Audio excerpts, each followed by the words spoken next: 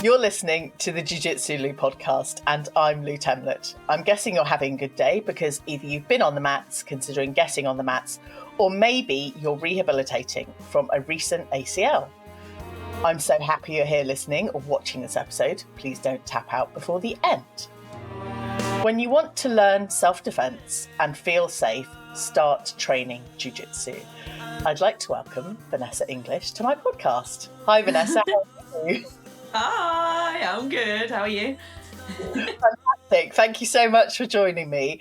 And obviously, I've recently just mentioned, your ACL rehabilitation. Let's start there because you've got your cup of tea, you're nice and relaxed, but things take a bit longer than normal. Tell me about that. They certainly do at the moment, yeah. Although, I'm getting around okay, considering I only had the operation 3 weeks ago. So it's not too bad, but there's no rushing. I can't rush. I can't hurry myself at the moment. So yeah, things have slowed down quite significantly, which sometimes that has to happen, doesn't it? Yeah, it sounds quite healthy, the slowing down. But tell me, if you were in a state of rushing around, what's been kind of speedy in your jiu-jitsu career? Oh, what's been speedy in my jiu-jitsu career? I mean, goodness, the training, the traveling, that's not been quite as prevalent in recent years. But yeah, I mean, yeah, there was lots of just non-stop training, non-stop competing for a long time. Yeah. Nice. Yeah. And you're a black belt, so competing at what sort of rank were you kind of on the mats competing the most? The most. I mean, probably. I mean, between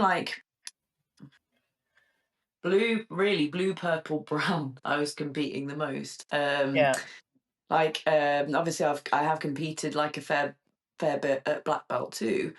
But yeah, the majority of my competition was actually done through the coloured belts. During my black belt, it's been a little bit odd, to be honest. I mean, we talk about ACL injuries, so unfortunately, I got my black belt and injured my left ACL a week after getting my black belt. No way. So I've actually had both knees now operated on, which it's not a very good advert for jiu-jitsu. That's however, if we get that far. yeah. But yeah, yeah, literally the beginning of my black belt career was sort of rehabbing my ACL. I didn't really know what I was doing back then, to be honest. The difference between the two already has been quite significant. The first time round, I didn't really have the support that I needed. I didn't know really how to do any sort of strength training, or I didn't have anyone to sort of program me intelligently to prepare myself for surgery, which I now realise is, incredibly important. Compared to back then, I already had quite significant muscle atrophy before I went under the knife. And the difference is that sort of back then, so the first one of the first physio exercises that you'll receive after ACL reconstruction is trying to contract the quad. Okay. So I didn't actually know that. So I woke up from surgery and was just like, my leg doesn't work. I'm like, oh no, this is way worse than I was expecting. I'm like, I can't, nothing's happening in my leg, and I was really shocked. And it took me quite a while, weeks, before I could just sort of send the signal from my brain down to my leg, Goodness. essentially, because that's the first kind of hurdle that you have to overcome. Now the difference between that, like, bear in mind, I wasn't really doing any training really because my leg kept locking. Okay. I did some jiu-jitsu training, but then I stopped that because it was, my leg wasn't working. Yeah. So anyway, I was like box squatting like a decent weight, like the day Yeah. before my surgery this time. Like straight away, I wake up from the anesthetic and Yeah. I can do it straight away, like straight Wow. away. Which Goodness. I think obviously there's like a really really long road to still journey down, but it's really nice, really really nice to set off with a good start, right? Yeah. It Yeah, does sound like, a massive difference not being able to move your mm, leg and going, what the heck's going on, to yeah, literally straight after you kind of yeah, round from the operation, you can move your yeah, leg. yeah. So is it just a case of squatting, box squatting before your operation? What else was in the prep before your ACL?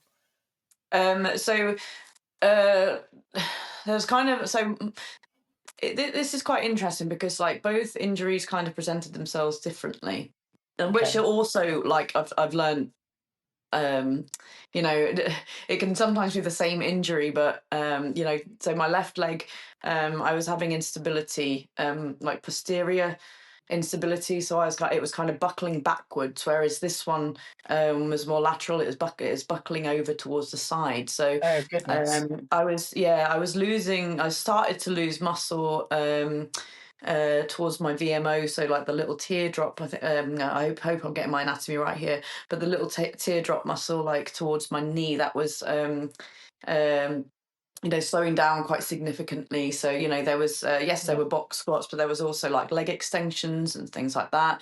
Yeah.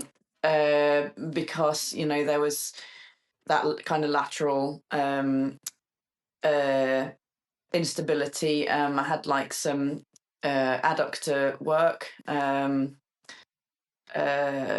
just to try to kind of basically work the muscles that were being lost. Because and it's super interesting because your body very quickly adapts, right? So it's like, oh, we Yeah. can't use that, so it just like it starts using something else, right? Isn't it? Yeah.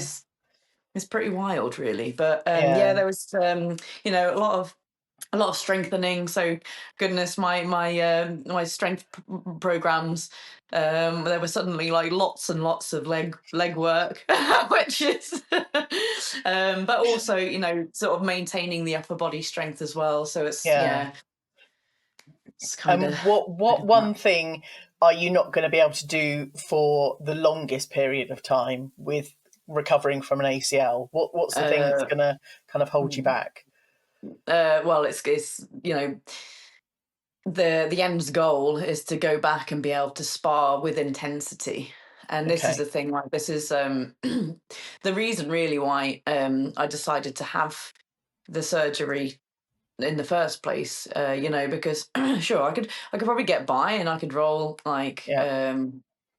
slowly and very controlled, but then if I want to go back to competition, unfortunately, like when I'd increase the intensity, that I'd experience knee instability. So Yeah. um yeah, the end goal is to go back to competition training, go back to competition sparring, or just Nice. competition in general, right?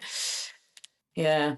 So Good. I'll be off that for quite some time, but it's okay. There'll be other stuff to Yeah. keep me busy. Yeah. Yes, And I'm sure there will. yeah. Like I straight away now, I think especially from having the experience of the first time, like almost as soon as I get an injury, like obviously I still like try to stay consistent in the best way possible. I still, try to train or do something somehow, and I am lucky that I teach, so that I can still kind of, my mind is still in it. I'm still doing the movement. I'm still, doing stuff. But straight away, I'm thinking like, right, okay, I'm going to get a new tattoo. I'm going to paint my bedroom. I'm going to like, do these things that I wouldn't necessarily have like a lot of time to do if I was training lots. Nice. So yeah, I try to stay positive in that sense. Yeah. So how many tattoos have you got since the operation, and how many tattoos are you going to get before you compete? Well, I did have like a cover up on my ankle. So I got a tattoo when I was 18. Hilariously, it was to represent my growth into adulthood. I thought I was an adult, which is hilarious. Because because I'm 35 now, and none of us ever grow up. I'm like, oh, I feel less like an adult now than what I did back then. Interesting. Okay, so what was the tattoo of, and why did you need it covering up, if you're happy to reveal? It was actually kind of, it was like this little rose growing into like a big rose, but it was like the really old school rose tattoos that you'd see that kind of look like cabbages. So it's just like, a little cabbage that grew into a big cabbage, which is probably representative. More representative of me, yeah. But yeah, I still, I still kept the idea of the rose. And it's more colourful, and it's got some like nice leaves and stuff. So yeah, I had that done, and then I think I'm going to get something on my arm. Nice. Yeah. And yeah, we'll see how much skin I can cover in the next 6 months. Okay, that's a challenge for you, Vanessa. Yeah. All this time off the mats and not competing. What else are you going to do? Oh, exactly. Yeah. Okay. Now, talk to me about the intensity of competing. I've done a couple of competitions, and I haven't yet found the intensity that really kind of gets me on fire to go for a competition. Because for me, there's so many logistics to organise. I've got my head in so many different aspects, as well as being on the mats and competing. But talk to me about what that intensity feels like for you when you are competing. As in kind of physical and emotional, is that what you mean? All of it, kind of the whole package. What I'm trying to do is understand so that I can, use some of your advice and experience to kind of find that intensity. It might just be as simple as time, but I'd love to hear your perspective. Okay. So like finding the intensity that is required. Is that what you're asking? Yes, I'm sorry, I'm trying to understand. The intensity of, when you kind of get onto the mats and people are fired up, they kind of see that red or whatever it is. Okay. What's the thing? How do you get there? Yeah. How do you get there? How do you maintain it? How do you control it in a way that is not completely losing it?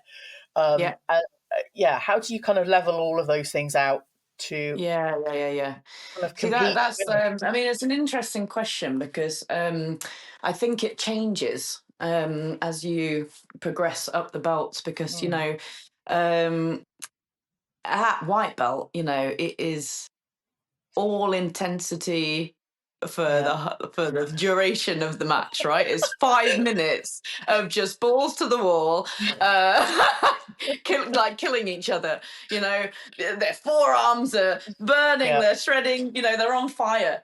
And I've been a white belt too. My forearms were on fire too. Back in the day.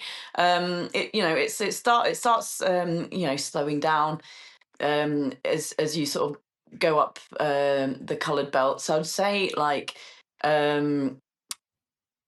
by the time you get up to, you know, your sort of brown and black belt divisions,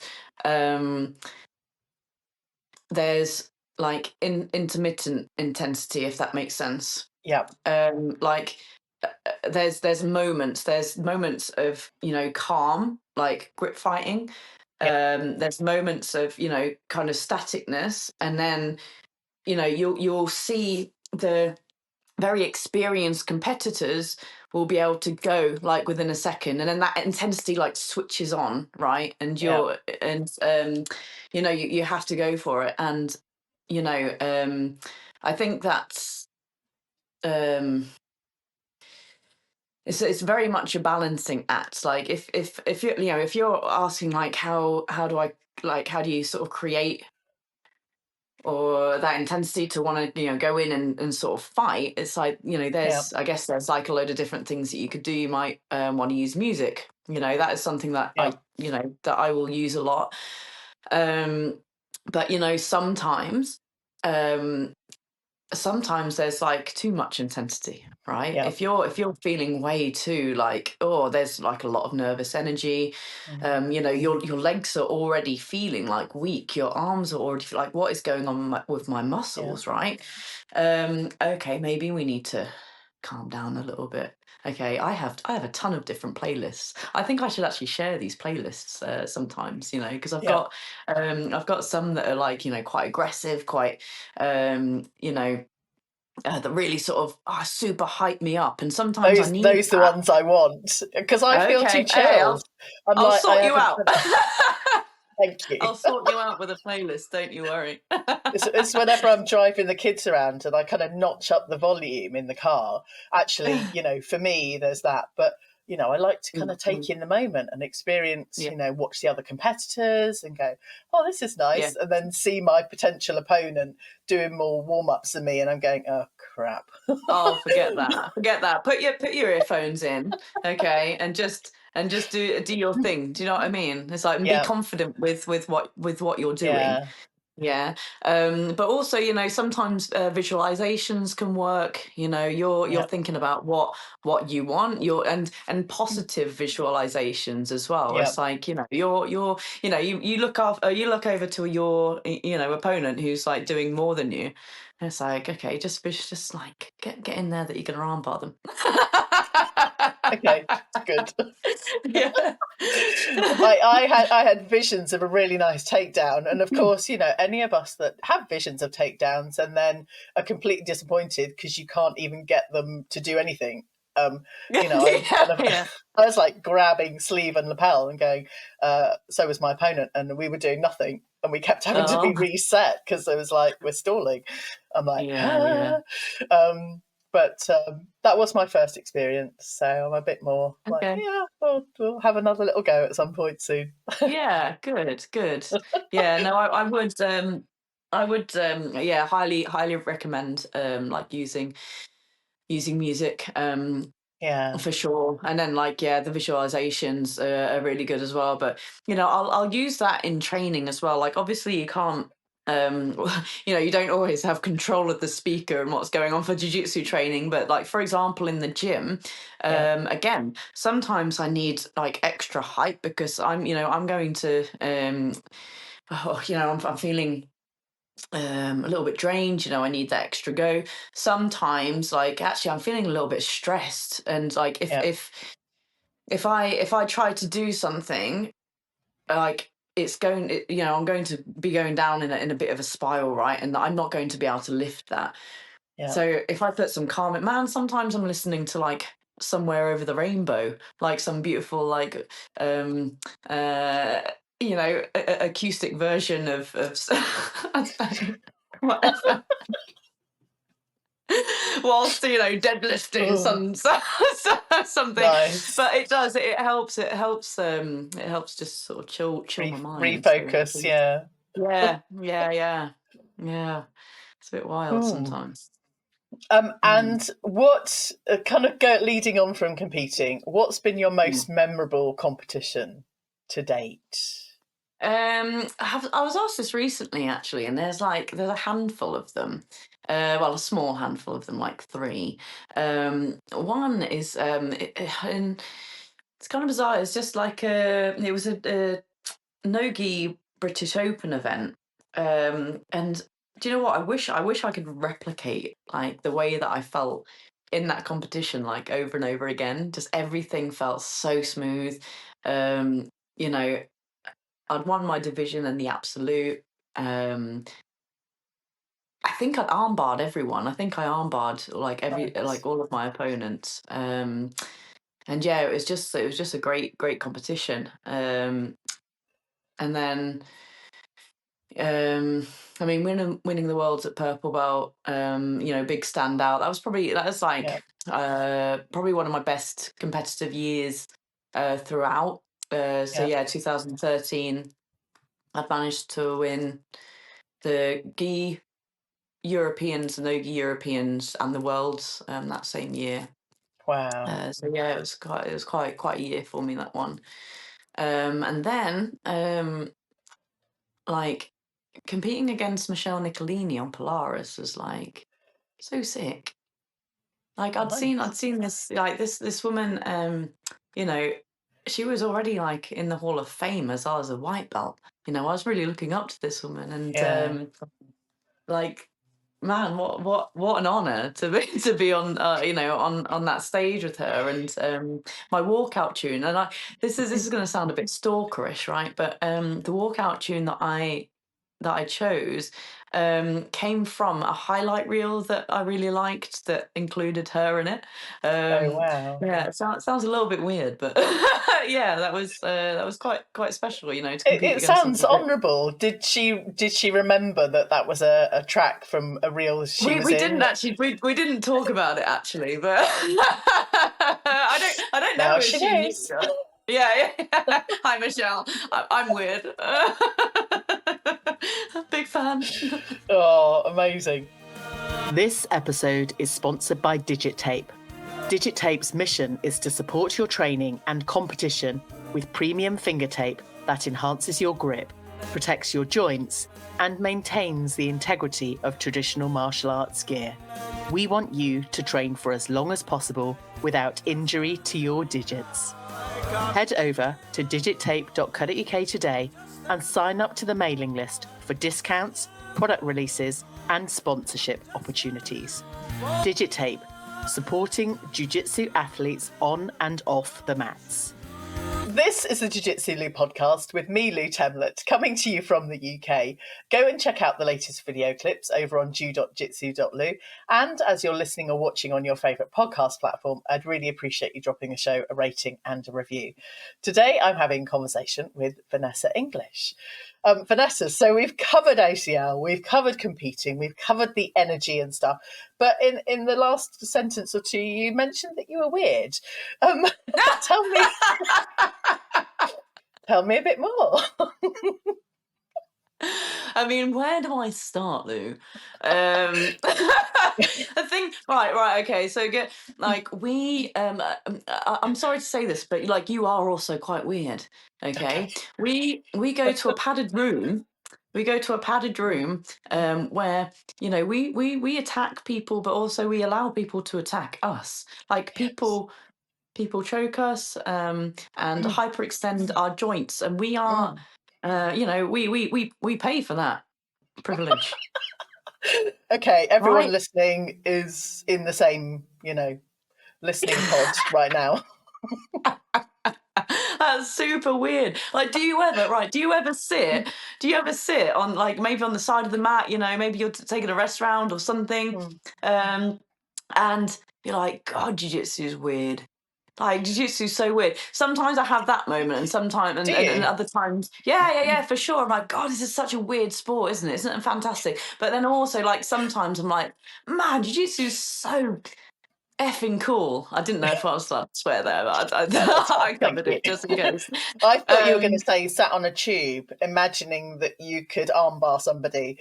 Oh yeah, I do that. I do that too. Yeah, I do. I sometimes like I do. I sort of I figure, like, do you think I could take that person? Yeah, I walk down the think street and both my kids train, and we're kind of walking down, and then someone walks past and I go, "Kids, I really could have done a takedown, really nice takedown on that person." They went, "Mum."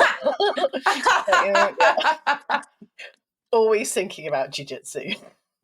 Yeah.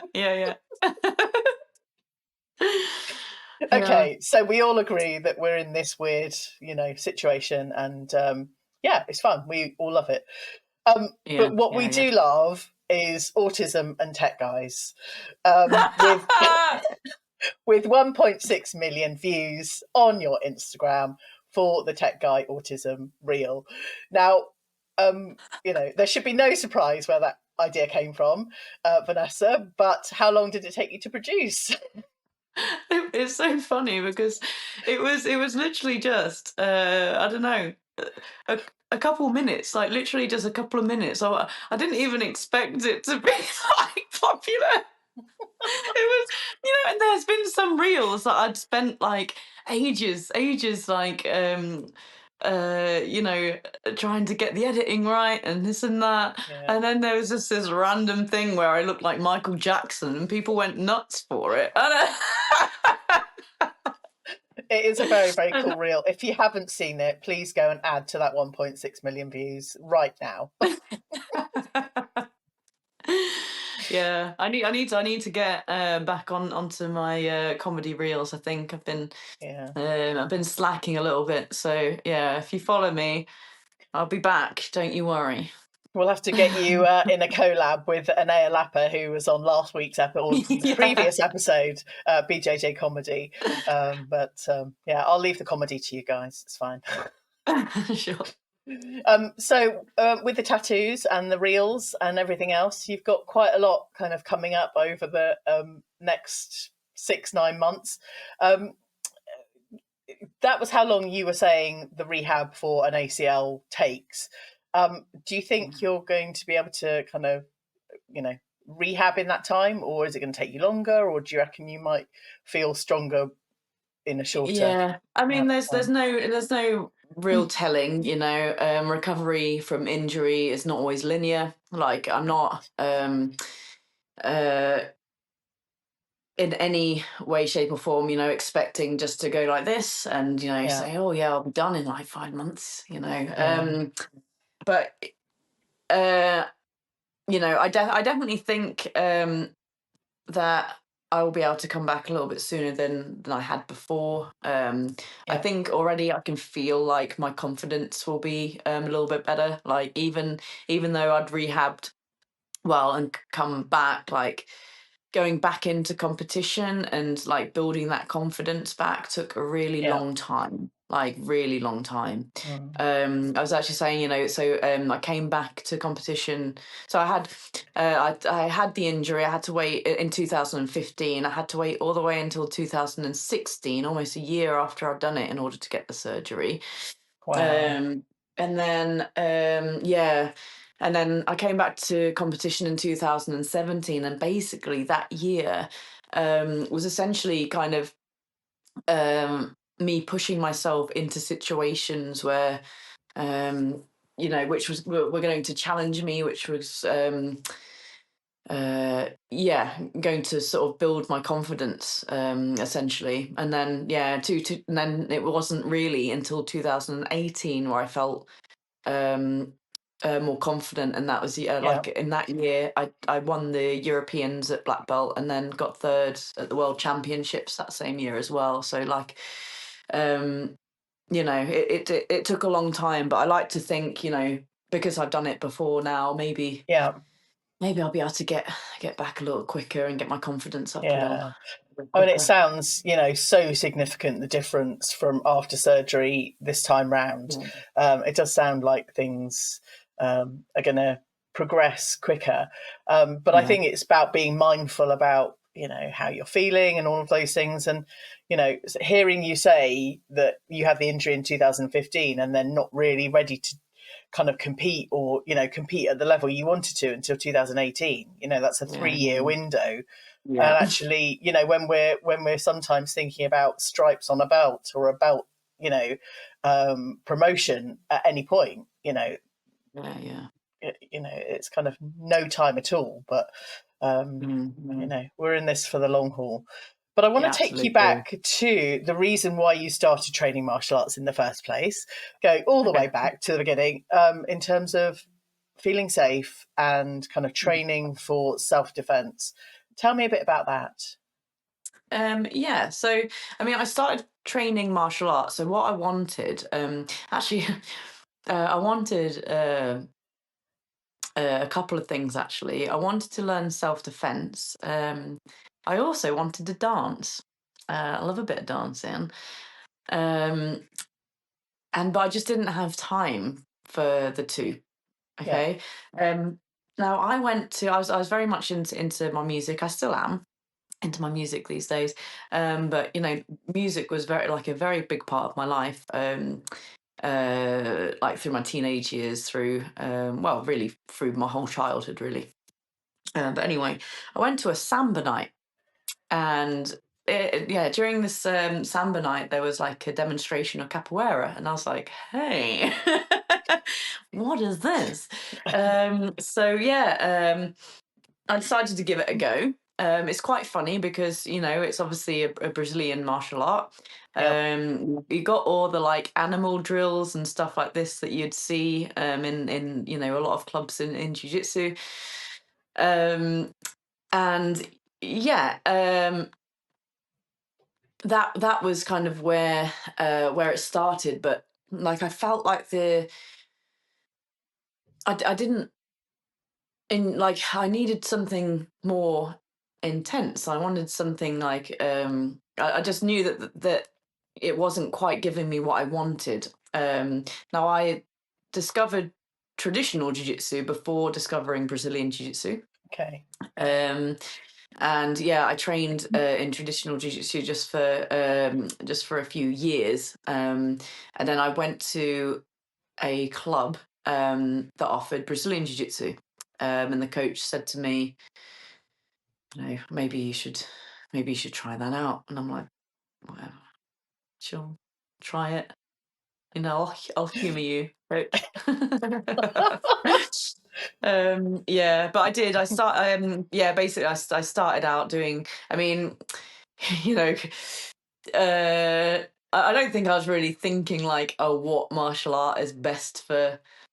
um, for self defense. It was just like I need to do something, and something is better than nothing. Like, what am I going to enjoy?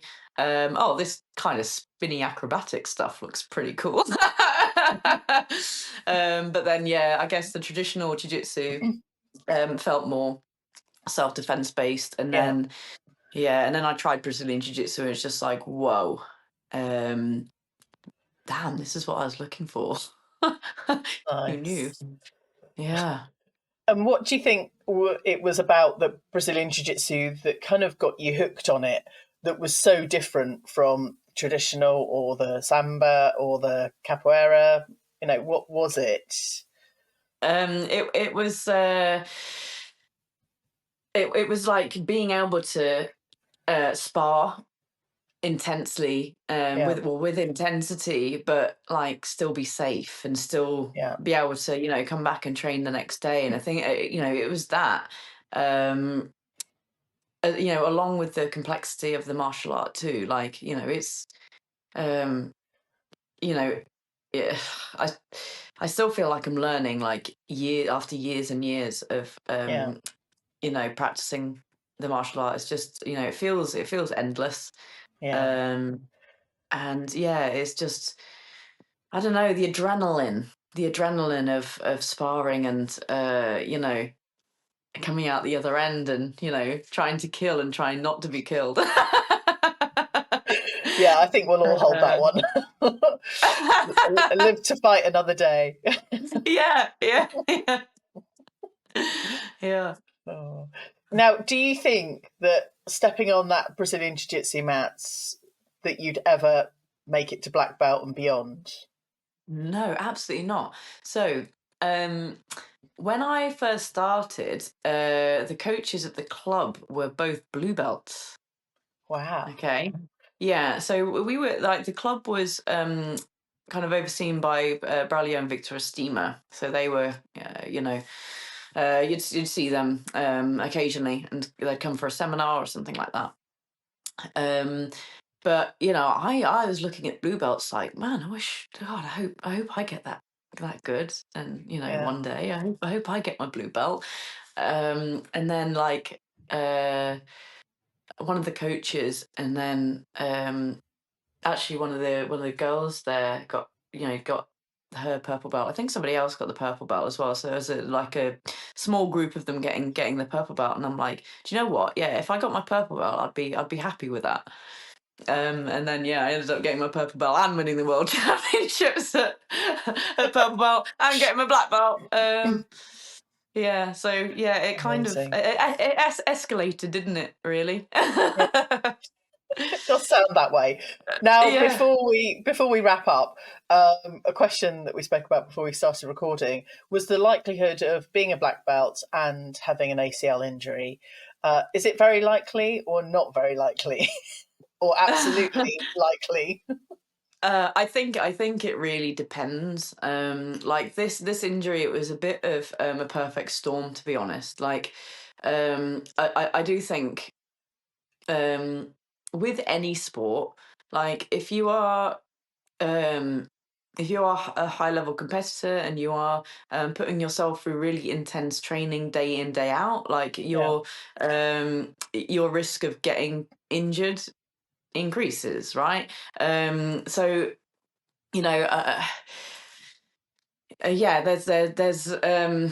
there's a possibility that you might, but then also like everybody's genetics, everybody's body is different, everybody's game is different. So just because just because you train jiu-jitsu doesn't mean that you're going to get a knee injury, but some people I think are more genetically predisposed to getting certain things than others, and like I say as well, it's like it does depend on your game.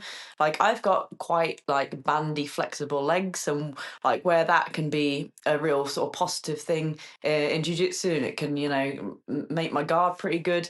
Sadly it also means that my legs can bend and go in places where that kind of compromise my my joints, which I obviously try to avoid, but yeah.